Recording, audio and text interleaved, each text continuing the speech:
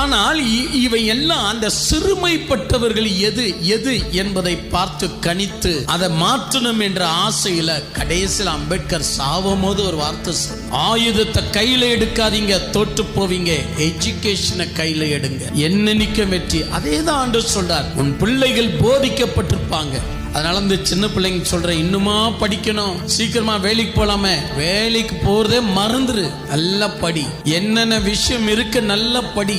உங்க அம்மா அப்பா கேடு கட்டுங்க, உனக்கு கை நிறைய சம்பாதனை வர படிக்க வைக்கிறாங்க, அப்படி நீ படிக்காத, இல்ல என்னதான் விஷயம் இருக்குன்னு படி, உன்னால் ஆகக்கூடிய நன்மைகள் ஆகலாம். சில பைத்தியங்க வெறும் படிக்குதுங்க, அது வேற விஷயம், யாருக்குமே யூஸ் ஆகுறது என்ன அப்படின்னா, நமக்கு இந்த சம்பாதனை விட அந்த சம்பாதனை ரொம்ப நல்லா இருக்கும். அதுக்காக சில பைத்தியங்கள் படிக்கிறதுனால தான் வாழ்க்கையெல்லாம் தோல்வியா போகுது. ஆனா நான் பயமில்லாம சொல்றேன், என்னை போல படிங்க.